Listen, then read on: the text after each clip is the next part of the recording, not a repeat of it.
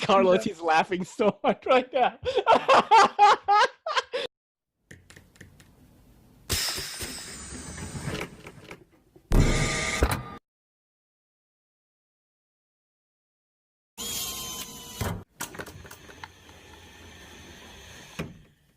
Yo, what's going on? I've got two guests on today, Daily Carry Solutions, Carlos and What's Dylan up? Mallery. What's Hi. up, guys? How's your day going, everybody? Dylan Mallery, start with you first, man. You know, how's it been this whole quarantine? You know, what'd you do today? Things like that. Let's just get into it. It's good. It's going okay. I stay home anyways for work, so it's fine. But I'm not at home currently. I'm visiting family for like my birthday. So Oh, your have birthday family here. too? It's a late birthday. Oh, happy belated birthday, man. I know Carlos's birthday is tomorrow, right? Yeah, man. June birthdays. I think Russell from Artisan Cutlery also had a birthday this week too, man. Damn. So everybody's getting a year older. Yeah. Am I the oldest one here right now? I think you are. Yeah. Damn, dude. I'm so old, bro. You know what I mean? I don't even count that I'm 39 anymore. I just say I'm 40. You know what I mean? Just round up, right? Yeah. How has this quarantine life been like treating you, man? Like, first of all, like, where are you located? Has it affected business or work greatly? How have you been dealing with it? Do you watch a lot of Netflix? You know, these are the things that people want to know. How's quarantine life been treating you, man? It's going well. Me and Carlos actually we both live in Georgia, so you know, it's been pretty fun. Crazy. But like I said, yeah, I work from home, so like I said, it hasn't really affected me much. Just the fact I can't go out as much, like to restaurants or whatever, before they lifted the bans up. But it's been good. Have you guys eaten at a restaurant like recently? Like, I mean, are they open now in Georgia? I went to a restaurant yesterday. We had 10 people, exactly 10 people, and they let us in. Well, we have takeout only. There's no dine in. So, I mean, how was it? I've heard stories of people in Texas, like everyone could go in. The waiters have masks on. Yeah, all the food people have masks on. Did you guys see that clip of that restaurant? This is when like the quarantine was at its peak, and they have they had the donuts the floaties. Oh yeah.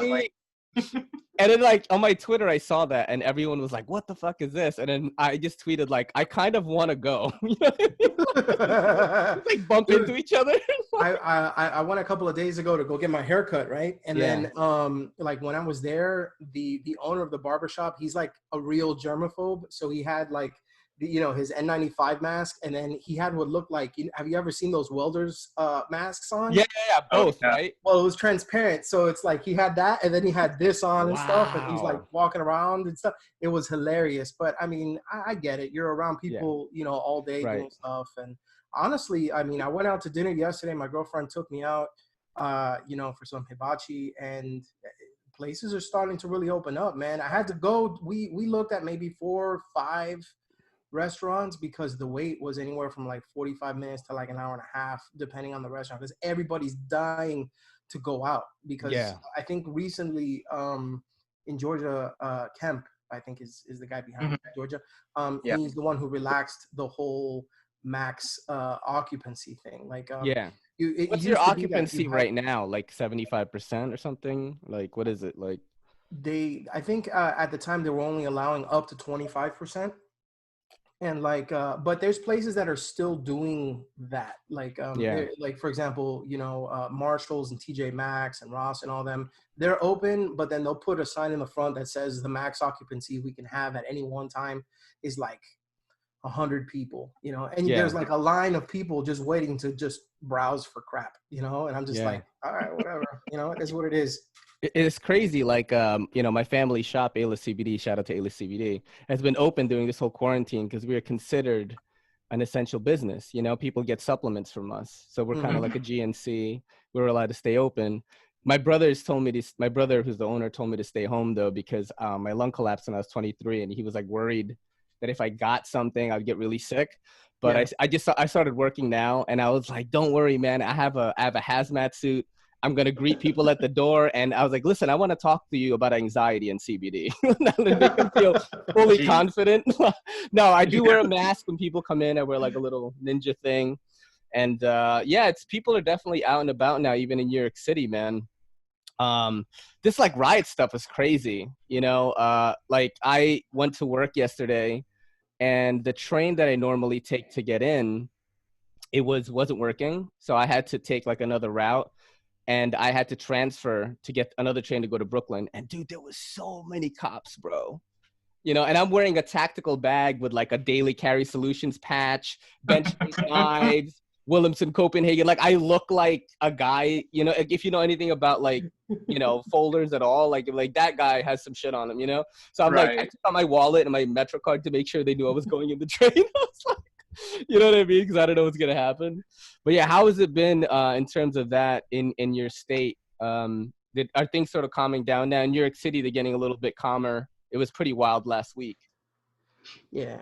I think. I mean, I can only speak for myself at the moment. I'm sure Dylan will chime in. But it's worse in the city than it is outside. I live outside of the perimeter, and I'm sure I think Dylan does as well. When you go to like the suburban and the more rural areas, you know, it isn't as bad, but you start to really see the after effects of everything that's been going down recently when you go to the city. There has been a lot of stuff that has been on the news that it really did happen. I mean, I got to see a lot of the stuff live while it was going on with local news here, near places like in downtown, like the ritzy areas like Buckhead, or even areas where they held the Olympics at Bicentennial Park and stuff like that. And you know, they're actively protesting. You know, I mean, a tragedy, a true tragedy in today's time. You know, that went on. Right.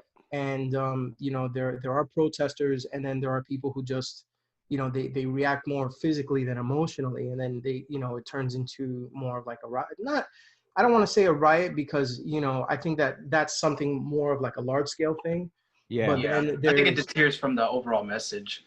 Yeah, I think it's broken up into three things though, like what's going on. There's peaceful protesting, there's rioting, and there's looting, right? There's the opportunists. Yeah. Peaceful protesting, everyone is in agreement that that is like a good thing, right? Yeah. Right. The looting, I think almost everyone says that is absolutely wrong, right? The rioting is kind of like the gray area. And on my podcast last week, I put a video up from comedian Andrew Schultz that basically not made a mockery of what's going on, but made it funny, but also discussed the topics at hand. And it was in a very masterful way. That's why I played the whole video. It was like 6 minutes long. That was the intro to the podcast. And basically he was saying that with the riots, man, I'm sorry to get like so political on this, like right away. You know, people that are listening are like, "Dad, this is a bummer." It is what it is, man. I mean, we got people of color on here too. Right, you know? right. I mean, look, I'm a minority. I mean, Dylan's the minority here today. But no, what he was saying was the looting is absolutely wrong. Yeah. And he made a joke about you know, why are white people looting, and like black people don't loot vans. That's like the white people's Timberlands. I was laughing so hard. Like the guy that came out of Target with like the Lego set and stuff. Yeah, and the Cheesecake Factory, the girl with the cheesecake. Did you see that one? But what he was saying was like with the riots, you know, it was like you know, black people have been protesting about brutality and oppression for so long. And, you know, the rioting is this gray area where, like, I personally don't want to see cop cars on fire. But then, like, they've been peacefully protesting for a while, and they're angry now with this coronavirus quarantine stuff. People are amped up. They're just ready to go. One personal story I have with the protest is, like, I mean, I didn't go protest because I was running the shop 6 days a week.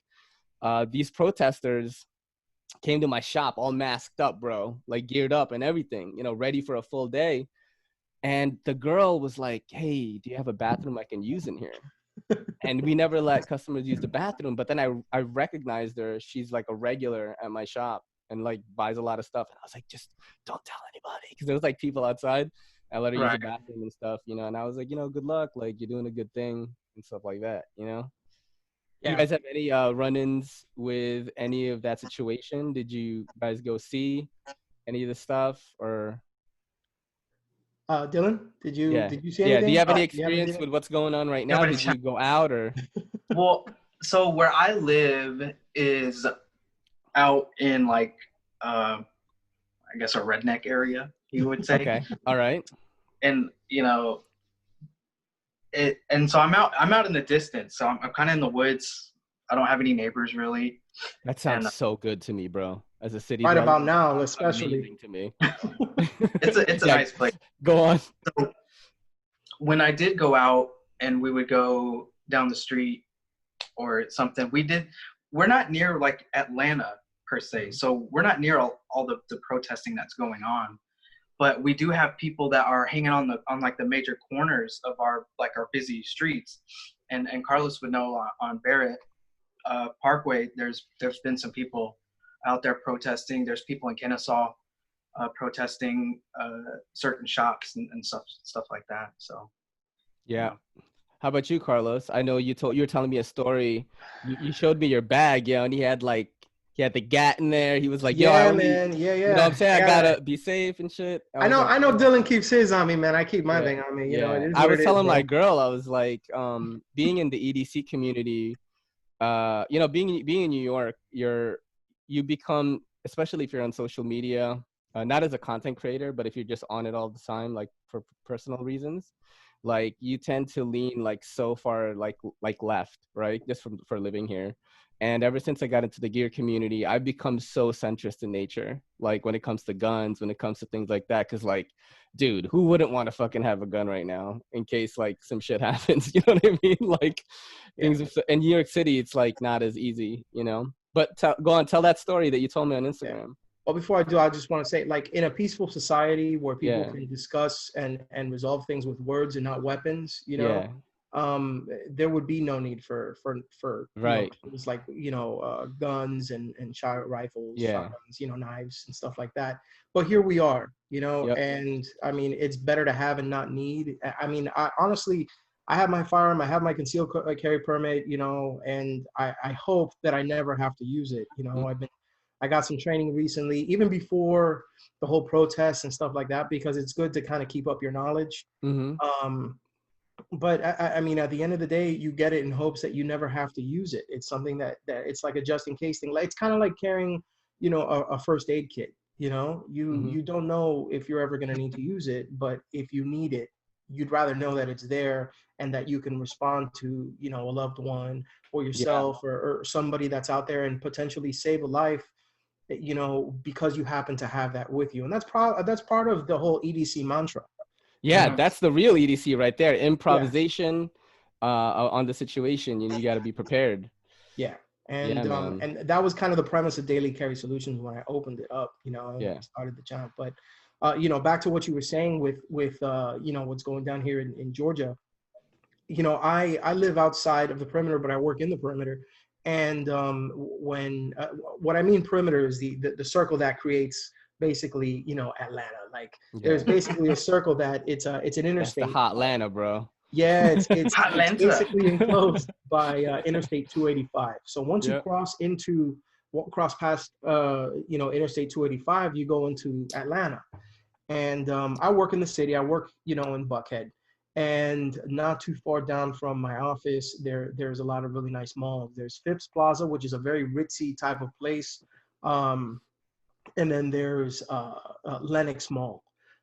Lenox Mall, I don't think they ever showed this on TV, but they drove a car through the doors of Lenox Mall to loot. And there was a lot of protesting that was going on over there. Even across the street from there, at my dentist's office, like that is at a shopping center that has like a Mattress King and like 2 other mom and pop shops.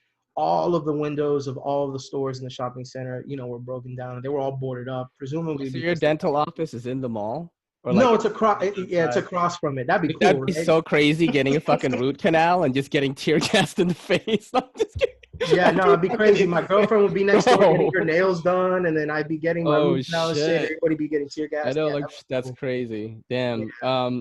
So like, do you have something to add to that? You were telling me that it was crazy that day. You were glad to have your weapon like on you in case something happened.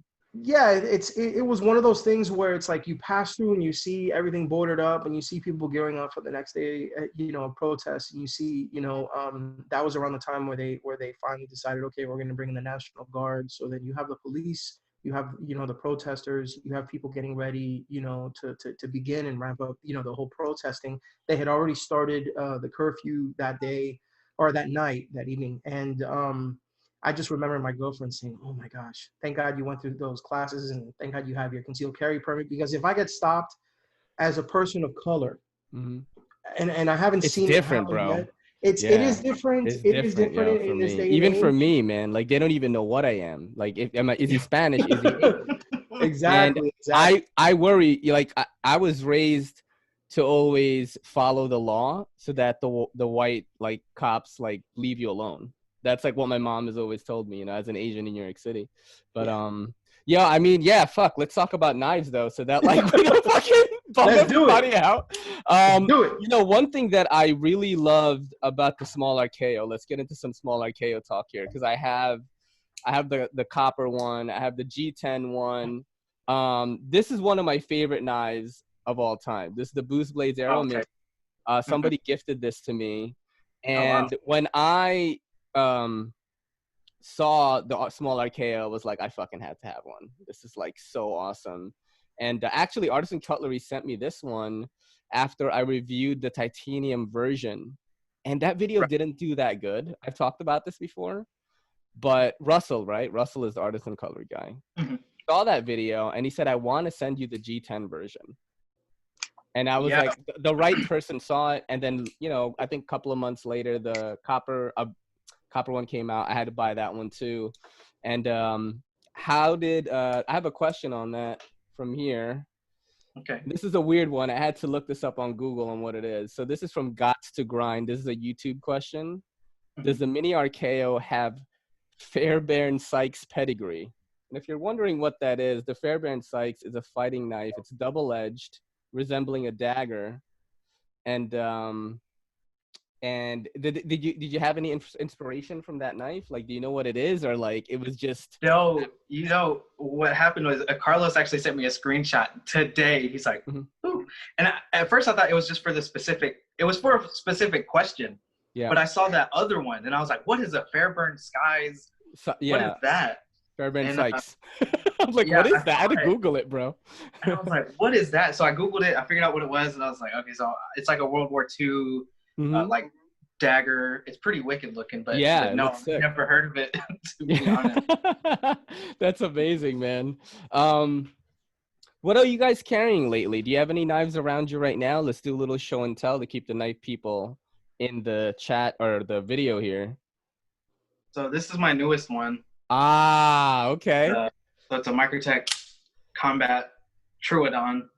Oh shit, that's so sick. I wish I could have that here. I can't even have that in my house, yo, in New York City. Like if I ever get it, to get the button, but that's awesome. That is actually a question by Carlos here. He says, he has a nice Microtech collection. Ask him about it. Yeah. What's the deal with you and Microtech? Do you just love that brand? Is that like your go-to? That's your favorite? Yeah, that's my go-to. I actually got two more over here off to the side. Yeah. But yeah, they're my favorite American company. It's my favorite knife company. It's, you know, I don't plan on working with them. And like, so I have that, but I have that like communication with them. Yeah. And they're just a super cool company. So I love supporting the people like that. Yeah, that's so cool, man. How about you, Carlos? What do you got going on right now, knife-wise? You know, to be completely honest, I've been on a little bit of an automatic binge. And I had actually been going back and forth with Dylan about this because he actually got me turned on to my first Microtech, and it was the LUDT. LUDT stands for Large Underwater Demolition Team, and I hope I got that shit. Because the people at Microtech will be like, yeah, he got it. That's right. Oh, shit, that's cool. But and I'll be the first to say it, like, while it's a great knife, I kind of felt that there were little things about it that really didn't fit my hand well, and I actually sold it. And I ended up checking out some other automatics that weren't Microtech, because that particular Microtech, it's not an OTF. It doesn't come out the front; it comes out the side. Oh, And, so it's like one of these. Okay. Yeah, exactly. So I had actually seen the was it the Knife Junkie podcast with Dave Wattenberg from ProTech.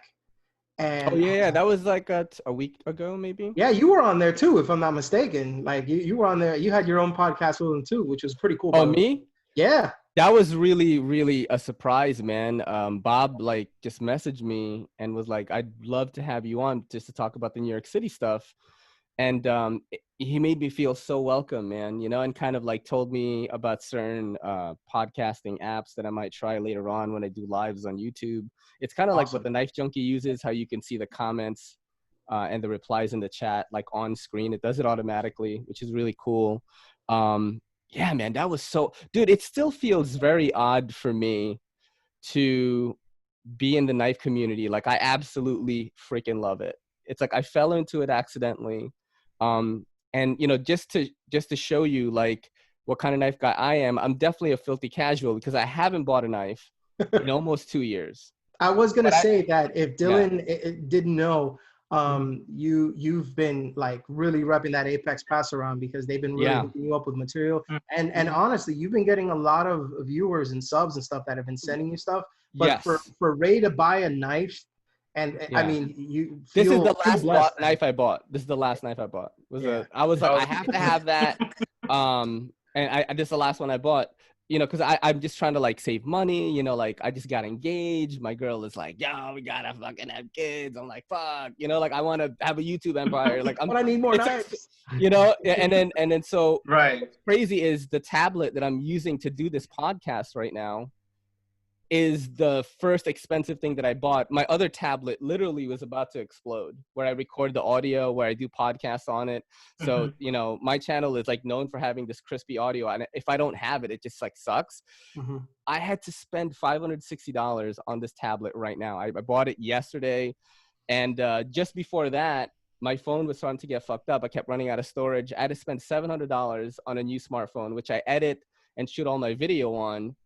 But the subject matter is always EDC and gear related, which is it's kind of a weird thing. I'm kind of a different kind of knife guy where I'm not spending my money on this stuff, but like I post 3 times a day on Instagram and multiple times a week on a day on YouTube, and I post every day on Twitter. I fucking do TikTok videos. I'm trying to get into TikTok, but they keep taking my videos down because like they think it's weapons, and I figured out a way to show it now. Yeah, it's weird, man. I still feel like really like an outcast still, but with the podcast, I've gotten to know Carlos and a few other guys like Zach. Dude, I had Shabazz on. Like what? Like that was because he watched the podcast. Wicked. Dude, I couldn't believe that he watched the podcast with Alex's Knifebox and me, and he just hit me up on Instagram. He's like, I love trance music and electronic music, man. And that's awesome, man. I was like, hey, do you want to do a podcast sometime? He's like, are you free in 45 minutes? And for Shabazz, you drop everything. My girl just cooked dinner, and I was like, yo, that's got to wait. And she's like, what? I was like, yeah, Nick Shabazz is about to be on the pod. And she's like, even she knew who he was, yo. That's great. It was like, okay, like I got it. I'll put the saran wrap. You know what I mean? My twin knows nothing about knives or anything like that. But once he hears Shabazz, he's like, oh, is that the guy with the weird voice? I'm like, yes. It's Mort Goldman. Yeah. It's great. He's great. Yeah, he's great, man. What do you do, Dylan, aside from just knife stuff?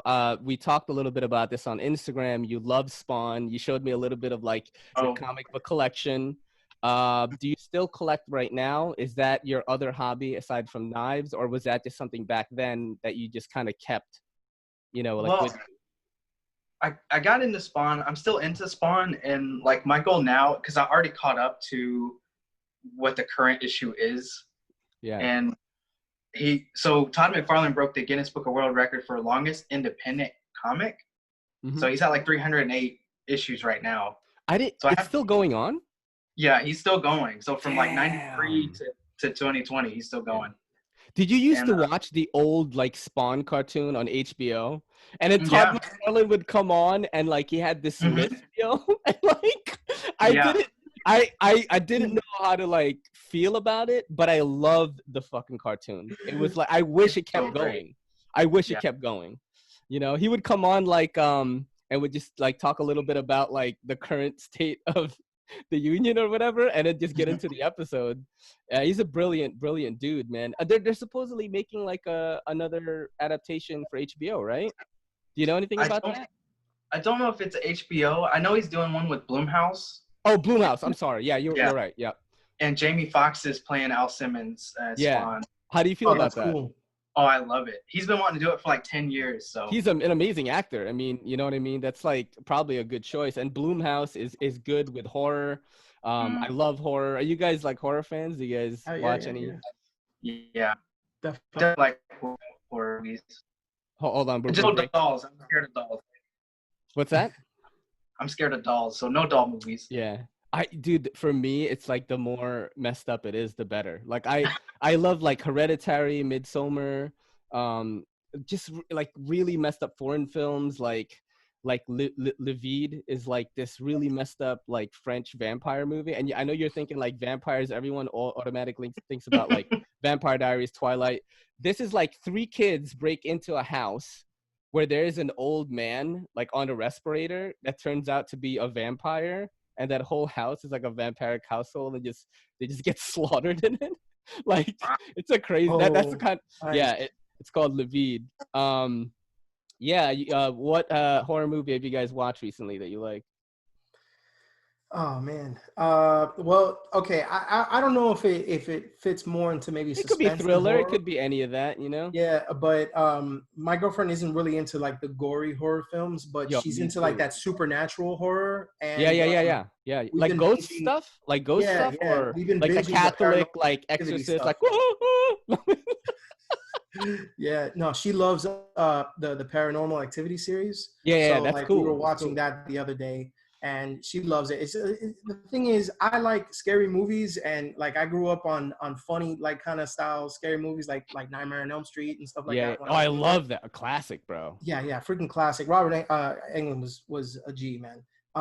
And my girlfriend really isn't into stuff like that, but she'd watch it with me, and then she'd like fake like she's going to sleep, but she just doesn't want to see. Like, dude, my girl is the same way, bro. She likes musicals, bro. That is horror to me. You know what I mean? She loves musicals. My girl is a theater nerd.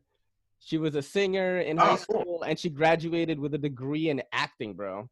It's like she loves like jazz handy stuff, you know. So, and she doesn't watch horror at all. She watches sci-fi, none of the ghost stuff, you know. How about you, man? You watch anything cool recently, Dylan? I've seen, like the most recent scary thing I saw recently was It Chapter 2. I loved it. That's about it. Yeah, it's pretty cool.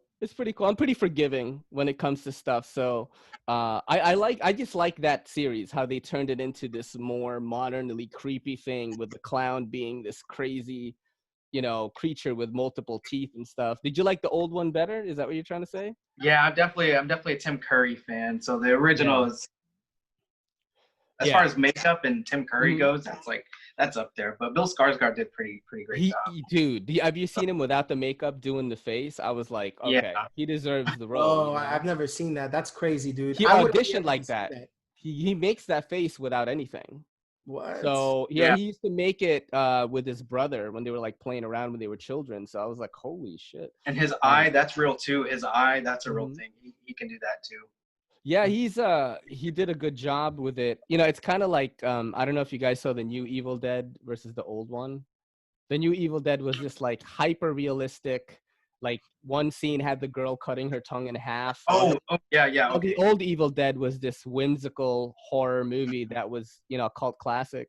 And, you know, I like both, actually. I was just like glad to see the lore explored in a modern way, but I love the old ones too, with like the fake skeletons made out of clay. Yeah.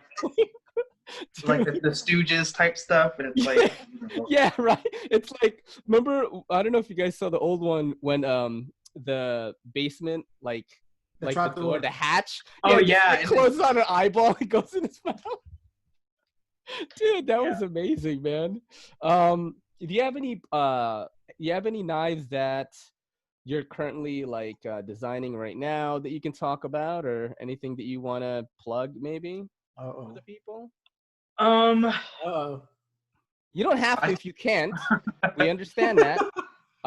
You know, whenever you're ready, we can go into the questions. I've got a bunch here that's going to take up a chunk of time. I wanted to just kind of hang out first, and you know, get the people to know you. You know, let me ask you my own question. How has it been, man? You know, you've kind of like become this beloved figure in the knife community. Not one person. Every time I mention your name, like, oh man, you know, if I say, oh, I love the small RKO, or I post about it, or I say, man, I'm trying to get Dylan Mallery on the podcast. I've said that so many times, and everyone is like, oh, I love him. Like every single person. How does it feel, man? Like, how did it all start? Like, you know, when did you know, like, oh shit, like something is happening? Well, I'm a nice guy anyway. So like, if anybody, like, especially going to like the blade shows and stuff, I just like talking to people, getting people into the community before I was even a designer and stuff like that. So becoming a designer, and people are like, oh, you're so easy to talk to. And it's like, I don't have a lot of followers, one, so you could literally message me and I will just respond like immediately, because I'm always on Instagram. So and sometimes I get these little kicks where I don't want to be on media or talk to people and just kind of be alone. Mm-hmm. But other than that, I love talking to people. I love answering people's questions. I love like talking to people, getting people into designing if they're interested in that, trying to lead them in the right direction on where to go and how to go about it. And how did you get started with that, man? Like, you just designed something and then you like sent it out to a few places, or well, what was the first thing that you did? The way it started was, I was like, well, I think I'm gonna start making my own knife, because I found a local knife shop and he had like metals and handle materials and all kinds of stuff like that. So I was like, yeah, I'm gonna try making my own knife. So I bought like a 3-foot piece of metal and just started hacking at it. And you know, I made a couple knives, and I was like, I think it'd be easier if I do it on the computer. So then I started watching a bunch like CNC work and stuff, like a CAD and all that. Yeah, like learning how to do CAD and like just how to make a knife function, because I wanted to go from fixed blade to folder. Mm-hmm. And I was like, I can't do a folder. I don't know how to do any of the internals, none of that stuff. So I was like, I'll just watch YouTube videos. And then I found Ecom Knives, and he had a bunch of tutorials on how to make a folder. And that's how I learned. So, what was the first design that kind of like took off for you, and what company was it? The RKO. That was my very first design. Is it called RKO? Or am I calling it the wrong thing? Because if I have been saying it wrong the whole time, I will fucking correct myself right now. RKO, right? That is from the designer. That is from the designer. You heard it here first. It's the small RKO, or the RKO, okay? What does that mean? What does that name mean? Why did you decide that? So RKO is after the dinosaur Archaeopteryx. Oh, love it. So yeah, love it. That's awesome. Centrosaurus. So yeah, so most of my stuff is dinosaur themed. Yeah, so Archaeopteryx, but it's Archeo. I designed it after the skull of the Archeo, or Archaeopteryx. That's cool. I'll probably flash like a graphic of that here. That's dope, so it's pretty flat, and then it's got the skull, and then it goes to the beak. But it's pretty. Is it like a large land dinosaur, or like a flyer? It's a flying. Yeah, it's like a flying. Yeah, I was thinking like a pterodactyl type dude. Yeah, It's got feathers and scales, and pretty cool.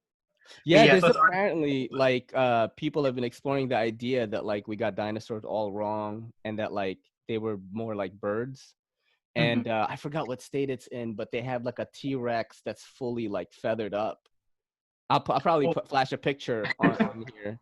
But I heard about that at the Joe Rogan podcast. I was like, what? I think I know what you're talking about. Yeah, they said they didn't have like whatever. They thought they just had scales, and then they found out they all have like more feathers than we had actually thought. That's crazy, dude. Are you into like dinosaurs and shit? Like, I don't study them too much, but I'll get like a lot of influences from. Look at Carlos, he's laughing so hard right now. Yo, why are you laughing, bro? Are you into dinosaurs? It was funny. Like, I also love Tonka Trucks. That's like me, right? And I just take one out. No, I do want to say though, you know, because I've seen some of the stuff that Dylan does, because he draws a lot. Mm-hmm. And it's funny because he keeps, when we went to SHOT Show, he kept like a notebook with him, and I'm pretty sure he does this a lot. and he has like little drawings and stuff like that. He does really extensive like drawings, and it's cool because if you see his notebook, it's kind of like Eminem's like lyric book, like, you know, where he writes all of his stuff. Yeah, I mean, yeah. you gotta see some of that. He's got to have it within like his vicinity right now. He may not show it, but he's got it around, and I like he's always thinking of stuff to work on and to kind of keep him busy, and he's got an extremely creative mind.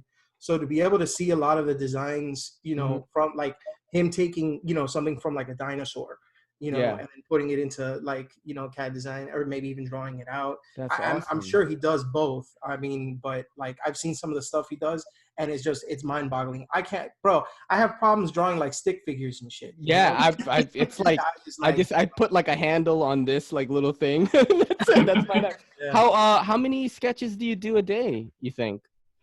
It depends. If I'm in like a really good like flow, like I understand that the creative process, man. I'll probably go through like 3 or 4 just pieces of paper front and back. I'll just doodle, and then sometimes I'll just keep doodling that same model. And just change like a blade shape or a handle shape or just something. But I always make sure I have the same, like the older one. And then just keep like a, you know, like a generation of each one. Different variants. Right. So you just maybe sketch out an idea a few times. You know, let me ask you this, man. You said that you didn't have a huge following on Instagram.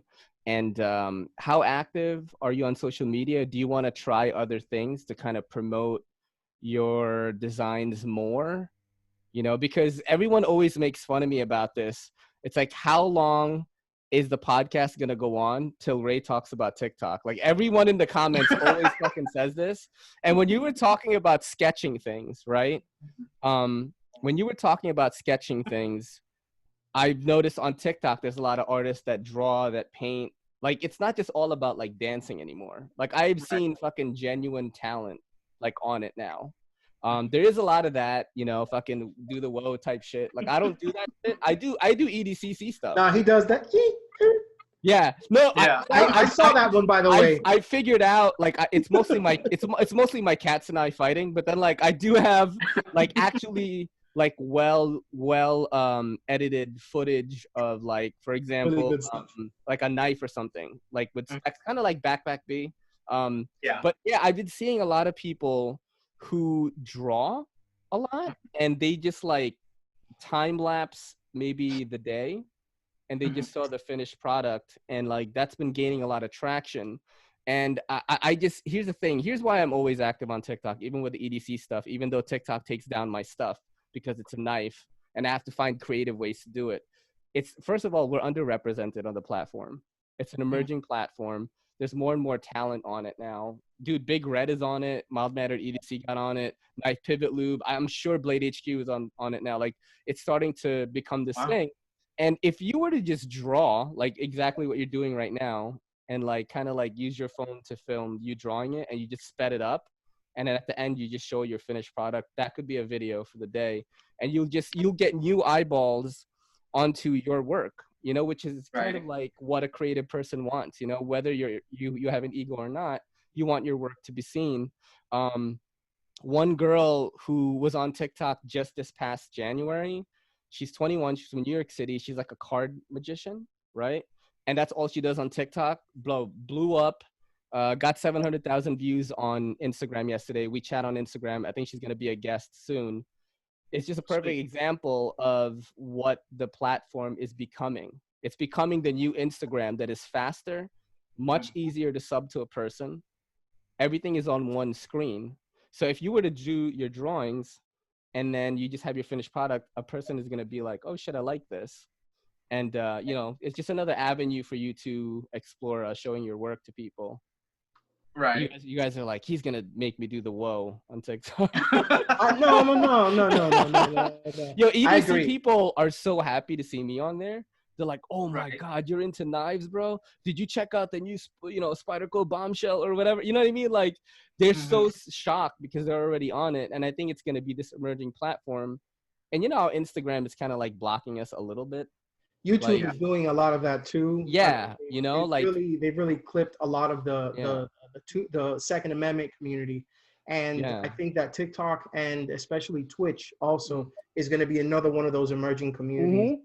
Actually, Nick Shabazz played Diablo. I saw that. Yeah, he posted recently on there. I'm actually thinking of getting Diablo 3, man. I'm more of an Apex Legends guy. And Are you on PS4? Yeah. If you get it, your boy will run you through there, man. You know what I'm saying? Yes. I'm going to play it right after this. Do you play any video games, Dylan, or have you played any at all? Let's get into some game talk. You know, there are a lot of game fans on the show. Yeah, I don't actually watch a lot of like TV or movies per se. I'll watch like something if I'm really into it, but other than that, I'm either always drawing or I'm playing video games. Dude, that is absolutely great, man. So wait, did you say you play video games? Yeah, I play Call of Duty a lot. Mostly Call of Duty. Warzone. I have Warzone now. Yeah, everybody plays Warzone, bro. Like I've never been a big Call of Duty player. I do play FPS, but more along the lines of like Borderlands 3. You know, I like the addictive quality of like, I have to kill this guy 10 times and maybe he will drop that gun that I want. I love that. Like Diablo 3 is only that. It's like, okay, I'm going to run this map for 2 hours and maybe I'll get the pieces of gear that I need. I love that. I don't know if it's just my ADHD like coming out. Yeah, I love grinding. It's so weird. It's so weird. That's my thing. Oh shit, man. Would you be open to people playing with you? What do you play on? PC, PS4, Xbox? PS4. Yeah, actually the other day, Carlos was like, bro, you got to get Apex. Dude, you have no idea how many of your fans, if you had a Twitch, would play Call of Duty with you, bro. I think you could be real massive. What Nick Shabazz was doing on Twitch, I hopped in there for a little bit, was interesting was he was playing Diablo 3, but he was answering knife questions in the chat. Like people would say like, hey, do you think paying $700 for this is worth it? And then Nick would, you know, he'd be playing Diablo and then he would just give him his 2 cents, which is something that you might be into. Well, one thing that I've been noticing on your Instagram stories, you've been putting up these questions like ask me anything, and everyone is always asking you about releases, bro.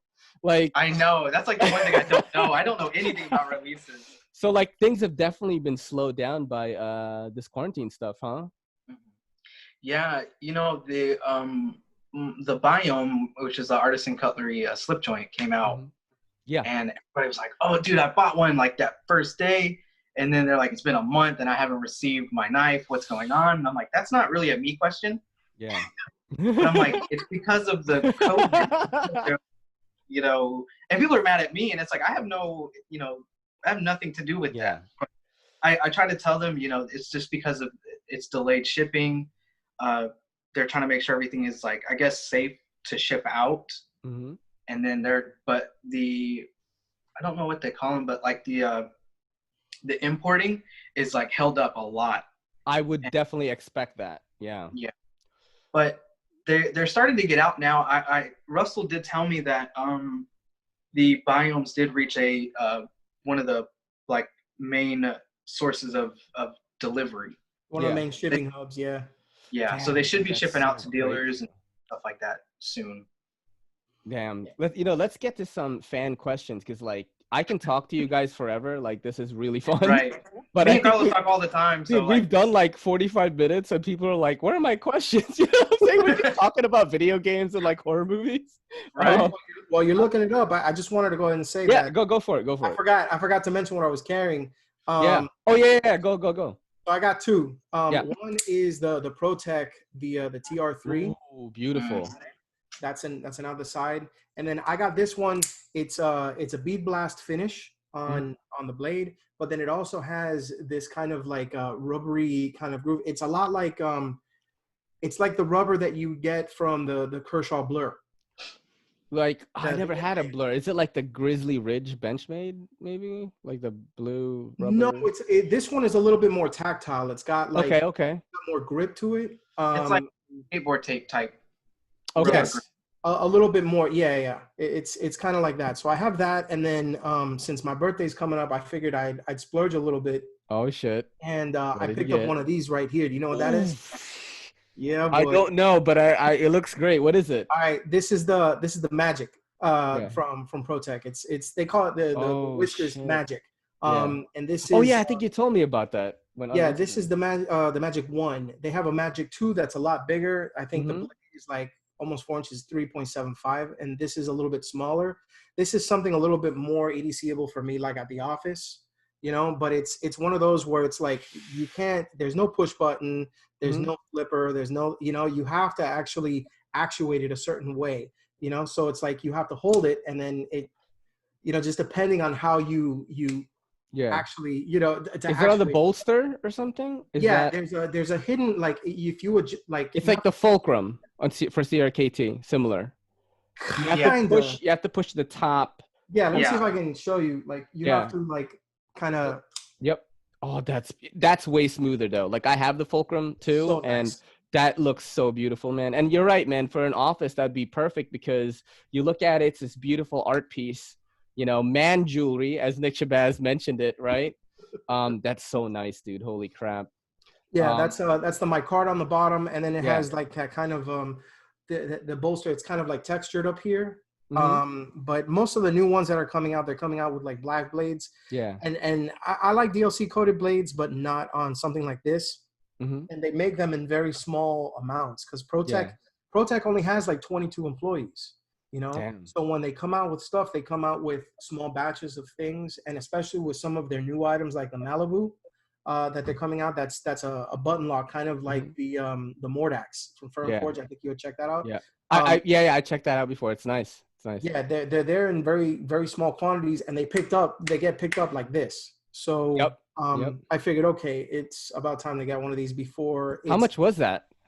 This one, I got it for a little cheaper than what they normally go for. I think I paid like $230, but they're usually about $250. Damn. So, yeah. It's so crazy. In my head, I was like, that's too rich for me. But I just spent $560 on this tablet. It seems like everything I save goes towards making the channel better. Bro, I could have. You know what I mean? It's so I could have gone. I spent $700, like a little under $800 for this phone that has 12 gigs of RAM and 512 gigs of storage, and I bought this tablet, which is like twice the power of my old one. But I don't buy knives. But all I do is talk about knives and shoot knives. It's like a really weird thing, man. If I had more money, I definitely would be more along what you guys are doing, which is like picking things up that I like. I want a Hinderer like real bad. I think Metal Complex had a bad influence on me when he was on here. That's the only thing that I kind of want that's expensive. You know what's really weird is like you were talking about before, people are sending me a lot of stuff. This dude, Lefty EDC, like awesome supporter right now, has sent me fucking 7 knives, I think, just this week alone. He sent me like this like spider comb. Like, dude, the Watu, right? This is so weird. Yeah. What's that called? The Watu? Yo, I mean, look at this action though, dude. What? Yeah, it's nuts. It's so nice, but like I would have never have bought this. I'm just kind of glad I got to check it out. It's so ugly and weird. It looks like the Tesla van or truck. Yeah, it looks the Tesla like truck. Elon Musk with EDC. It's like Star Fox carried this in the N64 era, like on his belt. I loved that game, by the way. That was an awesome game. Yeah. But yeah, man, it's just crazy. Let's get into some fan questions. We have a lot here. So Seems Logical is one of my best supporters on YouTube. Comments like 30 paragraph comments on all my podcasts.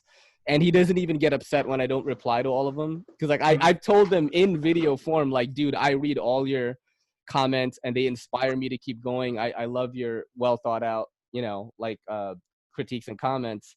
He put down a few questions here. And he said, before you started making your own knives, what knives did you like to carry? Microtechs. Microtech. Yeah. How did you get into the knife hobby, by the way, then? If it couldn't have been a Microtech right away, right? Like, were you just a scout or something? Like, yeah. No, I went to a flea market with a buddy of mine, and of course it's the flea market, you know, that knife. And I bought a switchblade, and it was like $50. I was like, oh my God, that costs so much money. And but I'm like, what is a switchblade? So I bought that. And so that was like the first knife I bought. Yeah. But then the first knife that I got, I was probably like 9 years old, and I got a butterfly knife as a gift. Bali song. And it was a Pacific Cutlery, which is pre-Benchmade. And that's like that was like a big deal. So that's what really got me into knives. And then I went to the flea market again and bought a Kershaw Chill. And then it just was a lot of Kershaws at that time. Then it was like, oh, CRKT, it's a bump up in price. They got some, OS 8 and some other steels. And I started getting into other things and climbing up, and it just skyrocketed from yeah, just like all of us, right? It's like, dude, that's like just me like 4 years ago. That's exactly how I started. I think I saw Prepared Mind 101 because he reviews folders and tactical gear, and then I was like, oh shit, man, this stuff's pretty cool. And then I found Shabazz, and then I bought my first ZT, the 0456, and it was over after that. I was like, okay, I'm never getting it. I was like, I gotta find out what the next one feels like, like, yeah. I mean, it's so funny. Let's go to another question. OCD for EDC. Do you plan to work with other manufacturers? Like, is there any ones that have piqued your interest that you'd be like, oh shit, I'd love to work with them? Well, there's plenty of people I would love to work with, like, and people are gonna get sick. People are already sick of me bringing up Microtech all the time because I'm constantly like, oh, Microtech, and it's like, but it's legit. I love Microtechs. So that is one company I would love to work with, but do I think it'll ever happen? No, and that's not necessarily a bad thing, But I would love to work with, like, some U.S. manufacturer. That would be a big deal for me to work with somebody in the U.S. And then, I just have the new one with Civivi that's coming out. Yeah. And what's it like working with Civivi, brother, man? If you don't mind me asking, because everyone loves Civivi, dude. If you're a YouTuber, a knife YouTuber, Civivi gets the most hits out of any brand. You put out a Civivi, and it's just gonna get hits. Nice. And people are asking about that. People are asking about that. They're angry that they don't have it yet. Yeah, I know, and I get that too. When's the Civivi? And the sad thing is, I still don't have a name for this. That's a nice one. What's the clip on there? Is it the? Let me ask you this. I'm always very critical of this. Are the pocket clip screws recessed? And is there a slot in the G10 that's cut in so that is the clip like cut into the G10, or is it just sitting on top of it? The clip is sitting on the G10. Okay. But it is recessed screws. I love recessed screws. That should be standard, man. And it's barrel spacers too. I don't know. Damn, dude, that's a beautiful one, man. I saw people are hounding you on the stories, on the IG stories about that. Yeah, it's nice. They are making changes. I did request jimping on the spine here. Yeah. And then they're changing some other things along the whole line though. But they are putting jimping on this. So hopefully this comes out like around Blade Show, maybe after Is Blade Show gonna happen? Like, when is it gonna happen now? It's set for August now, the first week in August. So August 9th, right, Carlos? Yeah. August 9th. I think is everyone gonna be masked up? Yeah. That's the next. Are people gonna be masked up? Are people like how many? Are people gonna start making masks for Blade Show? Is that gonna be a new market? Like, you know what I'm saying? Somebody will probably buy that front table and be like, "Hey, we have." So that'd be a really good opportunity for like a hank maker, somebody that makes hanks and stuff like that. Because I mean, there were a lot of people. I mean, I bought some off of a hank company that is pretty prominent on Instagram and even on Facebook in the groups and stuff. And he used the hanks that he had in the materials, and then he started converting them into that's awesome. That'd be a really good opportunity, to be honest. Yeah, I didn't get into the mask game because I think for 3 months I didn't leave my apartment. Like, it was crazy. Like, I mean, in the beginning of this quarantine, like, I was like pretty shook. Like, I was like, shit, I think that I could kill my mom if I hug her right now. You know what I mean? Now I'm kind of just like, well, I mean, clearly nobody knows what the fuck they're talking about. Right. Yeah. No, but you were playing it safe, and there's nothing wrong with that. I mean, we all know somebody who's lost somebody, and I mean, it's tough because it's like if you don't know what to do, you just do everything you can. And that's some 200 IQ level shit that you ended up doing. You're like, all right, now forget it. Masks, but you don't need a mask if you don't leave your apartment. Yeah, now it's crazy. Like, they're just like, oh, surface transfer is very rare. Asymptomatic transmission is very rare, nearly impossible. And I'm like, what was the quarantine for, bro? Like, right. Yeah. It's like you fucked up the country because you didn't know what to do. Oh man. And and that's from a New York City person, I'm usually on the side of like stay inside. Like the people here are definitely fed up with it too. Let's go to another question here. We already talked about the Fairbairn Sykes thing. That was from Gots to Grind. Winchester Rink asks, if you could collaborate with another knife designer, who would it be? A knife designer? Because people get the designer maker part. So designer would definitely be Isham. I thought you'd say dude, you know what's crazy? In my head right now, I was like, I hope he says Elijah Isham. Of course. Because I love his fucking stuff, dude. I love his stuff, man. I don't know, like, go ahead. Elijah's a cool guy. So we talk a lot, and we're just like, yeah, man. And then he saw I had posted the thing. Somebody had asked me that same question. Who would you want to collaborate with as a designer? And I was like, Elijah. I mean, that guy, his mind is just so far out there as far as lines go, as far as like where he gets his inspirations from. And when you talk to him, he actually, it's not very crazy because he gets a lot of his inspiration from kitchen knives. Yep. That's how he gets the edge over the flipper part, is it, kitchen knife. And but the way he just artistically thinks is just crazy to me. And he seems like a highly creative dude. Like his look, his demeanor, the way he posts, what he writes on his stories. Like I study all that shit, man. Like I am a child of social media, even though I am a 40-year-old child. Like I watch and overanalyze everyone's stuff. You know what I mean? And he just seems like a dude that is extremely creative. It's like functional art. You know what I mean? Like all his knives that I've had or I've handled, I'm like, this is crazy, but I can use this. Like, you know what I mean? Yeah. Do you have the Plethoros? Which that? Do you have the Plethoros? I do have the Plethoros. I have this Plethoros right here, which is the golden sandalwood one. I have the Anthropos also, and I love this. I absolutely love it, man. The only reason I don't use it that much is it's got the Damascus blade, and I don't want to fuck it up. It's not mine. This is the Apex Fast Round Groups.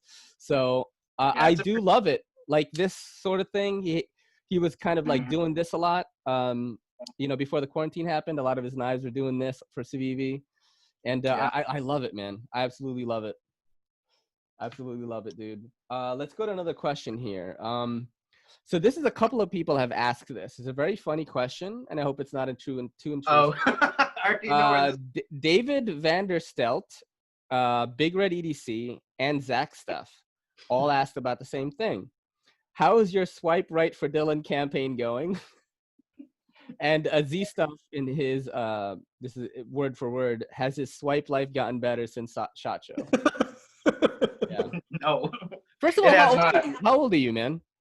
I turned 26 on the 10th.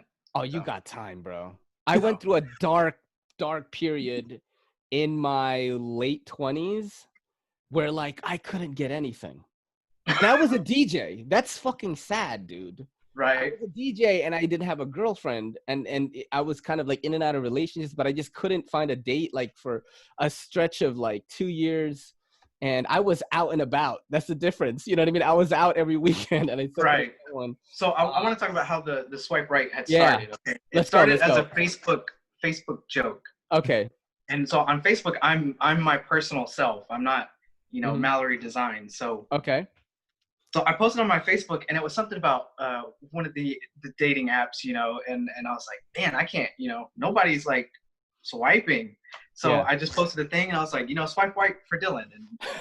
And Christine Hartman, she was like, okay, she had made a joke and posted about it, and then JB made a joke, and then it picked up in Marshall Law. Well, Marshall Law 123, yeah. He picked it up, and he's like, okay, we're making it a thing, and then it got into the YouTube live section, the comments, and then it just. So. Imagine there was like a dating app for EDC people and bushcrafters. Oh my gosh, that would be. And then you're just like going, and then you see like Swags or like Melissa Backwoods. Everyone's like swiping mad hard. Yeah. No, it'll be like a farmers only, but for us, you know what I'm saying? Yeah, exactly. That's no, because we are outcasts. I mean, come on. Like I am lucky that my girl, the first date, I just posted a clip about it on my stories. I was like, yeah, I do YouTube. And she's like, oh, what about? And I said, folding knives. Her reply was like, why? What? Yeah, I she should get on gets it Farmers now. Only since I live out in the woods. Yeah, but I mean, are you a farmer though? They're gonna be like, yo, you don't pull enough hay, bro. I got some tomatoes, you know what I mean? Not enough bushels, Yeah. But I plow, nigga. I plow. So it's just been a joke, like yeah, it's just a running inside no joke. hate, by the way, no hate. I met Kelly on a dating app, and my past girlfriend, who I lived with for 7 years, I met through an online like dating chat room. So I am no stranger to the modern day love story, no stranger at all. So how has it been though? Like, is it just? I mean, dude, I couldn't imagine dating right now in this quarantine life, bro. Yeah, no way. There's no way I'm going out meeting anybody new. Just like, nope. Shit. Let's go to another question here. This one is from Speak of the Devil, Martial Law 123. Hey. I think he was just joking. He said, why are you so goddamn adorable? And do you plan to design an automatic knife anytime soon? I don't think I'm adorable, but if anything, it's from my dad because I look a lot like him. That's great, dude. Everyone finds you very endearing, man. That's all you got to say. People love you, brother. So do you plan to design automatic? Well, the thing is okay. So I would love to do an automatic, but I can do a side opening. I can design a side opening auto. But the thing is, I don't know the internals for an OTF per se. So that's something I'd have to get into and learn how to do. And then you have to learn tolerances, what metals can handle what, and certain things like that. That's one of the questions here. This is from a new guy. I'm gonna have him on my podcast on Wednesday, actually. Very personable guy on camera. His name is Bearded Gear. He says, what features in a knife are most important to you? And how does that, I'm gonna add on to that. And how does that affect the way you design a knife? Excuse me. So, well, the first thing I look for in a knife, if I'm buying a knife, will probably be just the silhouette, just the way it looks. Aesthetics. Okay. Yeah, aesthetics. It's got to be the way it looks because that's how we do everything. It's just the way it looks. So it has to look good, but then it has to feel good. It has to feel good as you're using it. And if it's like, if it hurts you when you're using it, you're not going to use it. You're like, oh, I have something better, something more comfortable. And if it cuts horrible, you're not going to use it. If the steel keeps chipping out because it's too hard, if it keeps rolling because it's too soft, it's like, oh, I'm not going to use it. So aesthetics, the ergonomics and functionality, right? Let me ask you this, like when you were just talking about steels chipping out and everything, like what is your average like use for a folder? Because I'm just cutting these cardboards in the back, man. That's it. I'm not out there like stripping wires. Like I'm not city crafting. I don't even know if that's what it's called. I'm literally cutting cardboard, and I'm talking about knives strictly from an aesthetics, ergonomics, and action view. That's the only thing I look for in a knife right now. Steel matters to me. I feel good when I see S35V on a knife, CPM 20CV, whatever. I like seeing that, but I've picked up ATR 13s before and ATR 13 MOVs before. Shout out to ATR 13 MOV. Because like I like the way the knife looks. I mean, look, I'm gonna make a video about this actually because what's his name? Lefty EDC sent me this Tucson TS165. Okay, this thing is outrageous. All right, nearly Mall Ninja knife like. Okay. But this is a titanium frame lock folder with M390 in it. Okay. So it kind of falls outside of that realm, but it keeps that nostalgic feeling that we all used to get when we first started collecting, where it was like, that is fucking cool. I want it. And I think that's the thing that keeps people collecting from this company is that they just make these outrageous knives, but the materials can be like some of the highest possible. How did we get into this right now? I kind of forgot. What he looks for in a knife. Yeah, the knife features. Yeah, and I wanted to ask like, so ergos, aesthetics, and functionality. That's the thing, right? Do you think about those things when you design or when you sketch up something, or is it just? When I sketch a knife, the first thing I do is I start with the handle, probably, because you want to have a good handle. So I go with the way I think it should feel in your hand. And then I go into, okay, blade shapes. What blade will fit in this handle at the best? Like, what best blade to handle ratio can I get? And then that's when I figure out my pivot location and then go from there and then make it work. Wow. People are going to love hearing that, man. Trust me. Let's see what else I have. Blade ratios, man. Like I put a video up recently about blade ratios. Yeah. And like people are like, oh, math, fucking skip. Like yeah. new Civivi, or let's go see, you know, like I have one up now, like the mini cryo from oh, mini cryo, dude. Yeah. Mini cryo. Awesome little Kidning, what up? Yeah, dude. And you know, touching back up on what Dylan had mentioned about, you know, how it feels in the hand and what you're going to use it for and stuff. I think everything has its place, you know. I mean, yeah, for sure. Like as an example, bringing up, you know, ATR 13 MOV, or even like the 440As, you know, the MTECs and the USAs, you know. Pack Force and shit. Yeah, you kind of got to start somewhere, and I think when you have something that's cheap, it allows you to be able to get more use out of it. I don't know about you guys, but like for me, like I could take out a knife that has M390 and 20 CV and stuff like for example, I have my Hope Deca in 20 CV, and it's like I use like that less than, say, like I have an Ontario Rat 3, you know, in 1095, like just carbon steel, and like I'll use this a lot more than I will for I'll use something like this a lot more for, you know, harder use. Like you know, like in the backyard when I'm gardening and I'm going through, like I'm literally having to chop through wood to be able to get through like mushrooms, so like my little dog doesn't try to eat it because he wants to eat freaking everything in the backyard, you know. You got them fierce ficuses in the backyard or some shit. yeah cutting a swat through those ficuses, like let's do, bitch. Ficuses, bro. It's like lawn life, bro. Yeah, bro. Hashtag adulting, man. That's the trials and tribulations of home ownership. I don't have that yet. I live in the Bronx, bro. I got a junkyard at the back right here. So let's go to another question. We're gonna end it pretty soon here. Dude, I can talk to you guys forever. This is awesome. We're gonna collect some more questions. We're definitely gonna do this again. I like this format of having more than one guest. Like, it's pretty sweet, dude. What I want to do. So, a viewer of mine, I think it was Bobby, not Bobby. I'm not sure if it was him. I hope that it's him. Anyway, it was one of my viewers that were awesome. They suggested like having one topic to kind of dissect and having like multiple people, like how we do this right now, like a round table kind of deal would be so crazy, bro. You know what I'm saying? Yeah. All right, one more question. If you weren't a knife designer, what other profession would you be in? And I'm going to add to that, like, is that the only profession that you have? Are you only a knife designer, or do you do something else? Well, I don't do anything else, but I've been thinking about getting into something else. And I could do knives. You know, I do knives already like 24/7, and like I don't think that'll ever go away.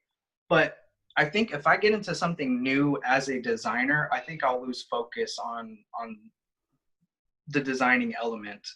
So I won't put as much effort into it, and then I'll get sidetracked with whatever else. So I'm really just focused on the whole designing knives part as of now.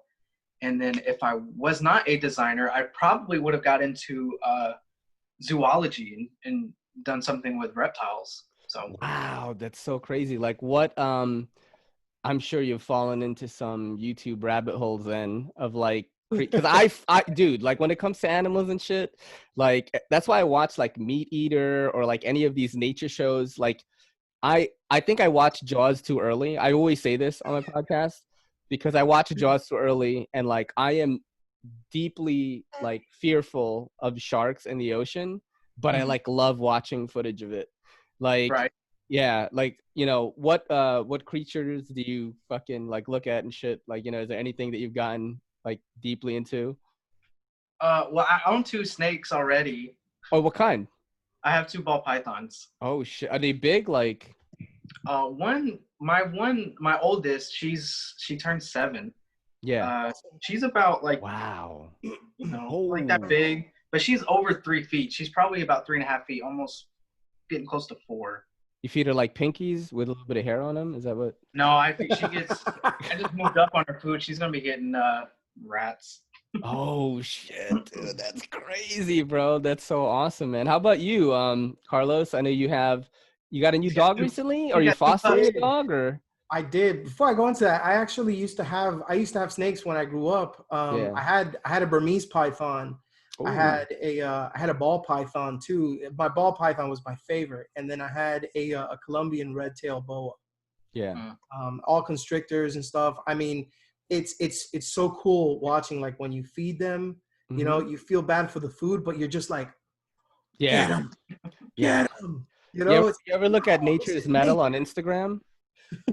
You ever look at Nature is Metal on Instagram? No, I gotta check that out. That's like they have really graphic stuff, like nature stuff, where it's like I saw this one video where, like, I think it was like a deer. It was like trying to run away, and they had like no legs, but they were still eating him, yo, and he's alive, dude.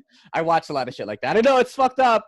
No, hey, it's whether we want to see it or not, it happens. You know, I mean, vultures, you know, on the side of the road, you know that. No, it was like hyenas or some shit. Like, or no, not hyenas, like wolves or some shit. You know what I mean?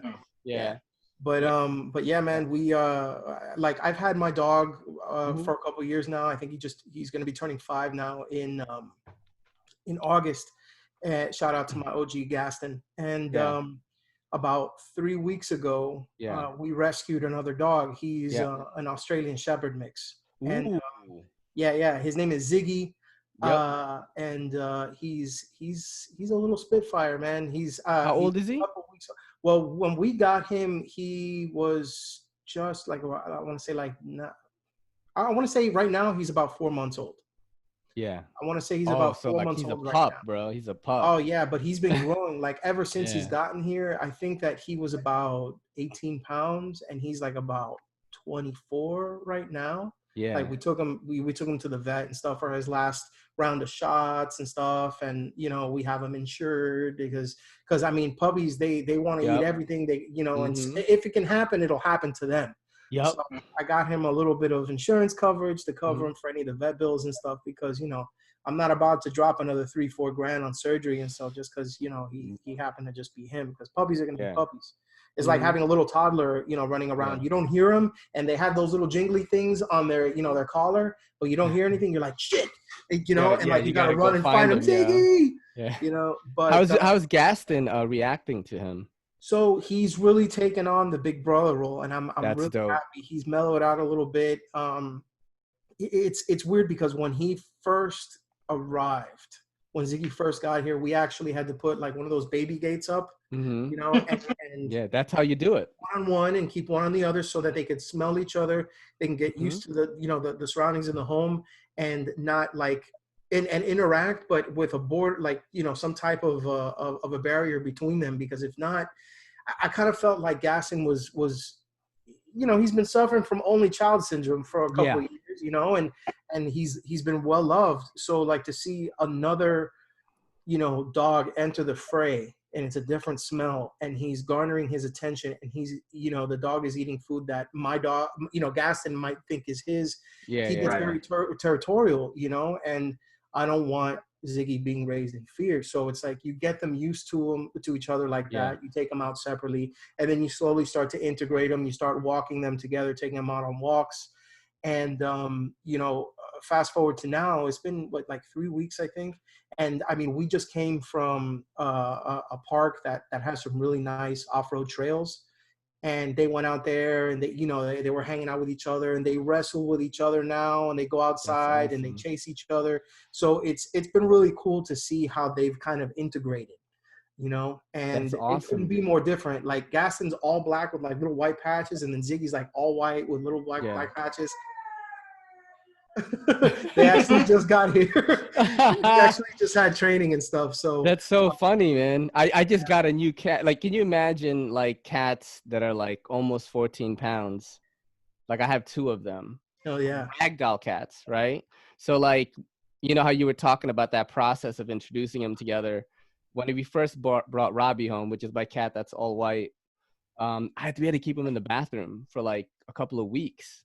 You know what I'm saying? That we would let Frankie, who's my other cat, we let him out at a certain amount of time. Then we let Robbie out, and then little by little they would like start like putting their paws underneath the door, like touching each other. Like they want to play, but once they meet, they like get too territorial. Now they're fine, you know. And yeah, it's been real crazy, man. What, you know, living with animals, dude, it's fucking awesome. Hey, dudes, we just did like over an hour. Like we did like an hour and 30 minutes. Told you, man. I told you. So fast. It seemed to just This has been really cool, man. You know, you're the first knife designer that's ever been on here, and it's been like a very awesome experience. I hope that people got to know you. I certainly did. You're a very cool dude. You're just like everyone says, like just a very likable guy that's super chill. I can't wait to hang out with you guys in Blade Show. I really, man, it's like, I wish I just had money to go there. Like, you will, man, you will. Like, trust me, I got you. Artisan cutlery. I will wear a bikini and pass out flyers, bro. Yeah. Can you imagine? I'm just giving people. You'll be with that sign that flips and stuff. You'll be the guy like flipping the sign and artisan this way. Yeah. But yeah, is there any like any message or anything you want to say to the fans? Anything that you want to plug? Definitely plug your Instagram, your Facebook, or any place that they want that you want them to follow you on. Well, my Instagram is Mallery Designs. It's Mallery MALLERY_DSGNS. Mm-hmm. And yeah, that's really the only place I'm very active on. I have a Twitter and, you know, other platforms, but I just focus mainly on Instagram. Yeah. It's weird. Knife Twitter, you know, to talk about that. I've been doing this daily knife content thing on Twitter where I post one short video a day of the knives that I just got that week or the knives that I'm kind of into. And my entire Twitter is like Black or Latino gamer geeks, anime and gamer geeks, because my boy who was and his girl who are big on Twitter was like, just follow everyone that we follow, and they're Black. So like that's my whole Twitter is that, and they see my knife content, and it's like I am kind of promoting our sort of EDC subculture to an audience that is not super familiar with it. And it's really cool, man. You know, I like Twitter for that. So I post one video a day, and sometimes Benchmade retweets my stuff, We Knives. It's really weird, like the way it works. I urge, you know, both of you guys to just, you know, be in all platforms, because you never know if YouTube or Instagram one day is going to be like, fuck all these weapon things. Yeah. You know, and I want to have a base like on TikTok or somewhere else. Shabazz's move with, you know, let's talk about that for a second, because this is super interesting to me. Joe Rogan, rumor is he got paid $100 million deal to move his YouTube all on Spotify. Have you guys heard of this? No. So Joe Rogan signed a multi-year deal with Spotify starting September 1st. Joe Rogan podcast, video and audio form. Spotify is going to have video now. It's going to be all on Spotify. Nice. No more YouTube. He's not on YouTube anymore. So, I mean, this is talking about a guy that gets like 90 million downloads an episode, right? Right. Bigger, you know, like hotter numbers than any TV show right now. He's signing a multi-year deal. He signed a multi-year deal with Spotify, which is like, you know, for people that are doing this content creation stuff for a living, like Shabazz and everything. You know, Shabazz started a Twitch. I'm just wondering if, you know, we all should just start kind of planning for that. Like, I'm already on Spotify because the podcasts are all on there. I just don't have video on it yet. Is there a platform that you would consider? Me? Yeah, like I'll teach you how to do TikTok, bro. We're you know what I mean? I'm just kidding. But, I'd probably just do It's so funny. I'd probably just stay on I try to do Facebook more on my design account. But like the thing is like when I try to post something, it always wants to do my personal account. Yeah. And for some reason I don't know how to flip it over to just Dylan Mallery or Mallery Designs or whatever. Yeah. So I'm just like, okay, it is what it is. If people send me, you know, friend requests, it's just gonna happen. So I'll just keep them all on my Facebook, and then all of my friends that I went to like middle school or high school with, they're just gonna have to deal with knives. And you know, I try not to scare people who don't know what I do off because, you know, they're like, why are you posting knives? It's like, well, it's what I do.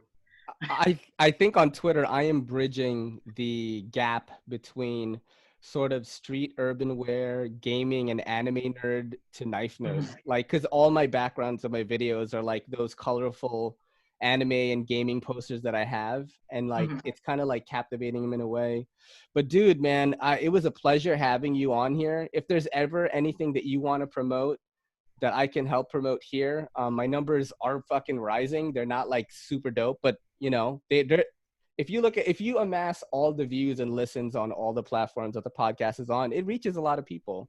And if you ever want to promote a knife that's coming out, if you ever just want to be on again just to chill, you're always welcome on EDCCP, man. And Carlos, thank you for getting this kind of set up, man, because you told Dylan to do this. Oh yeah, we have to shout out Carlos for this because so since we are local, we're like, dude, let's hang out one day and then we'll do a podcast with Ray and you know, we'll just do like some video stuff and get stuff done. And then we had the pandemic.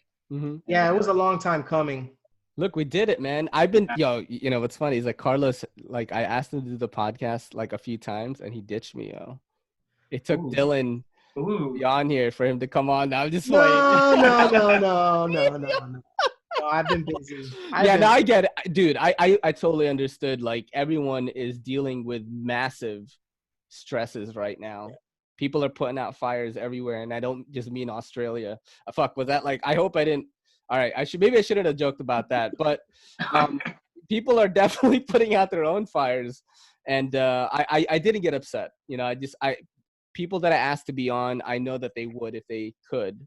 Yeah. And today is that thing, man.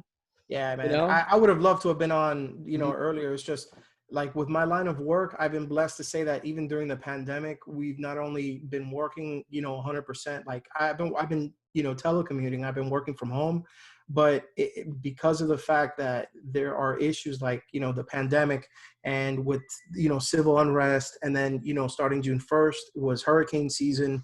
You know, it's the very, very busy time of the year, and it started earlier than expected.